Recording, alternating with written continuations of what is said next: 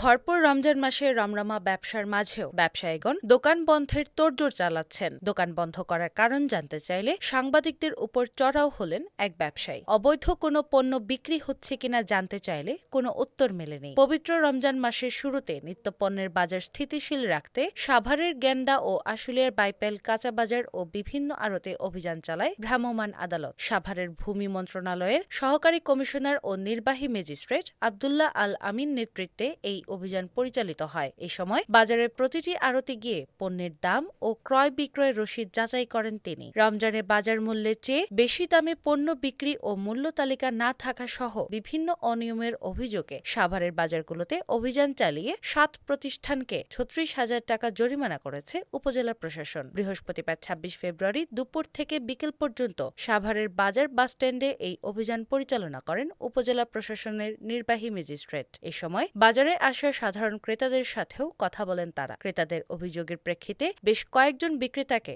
ভবিষ্যতে সঠিক দামে পণ্য বিক্রির ব্যাপারে সতর্ক করা হয়।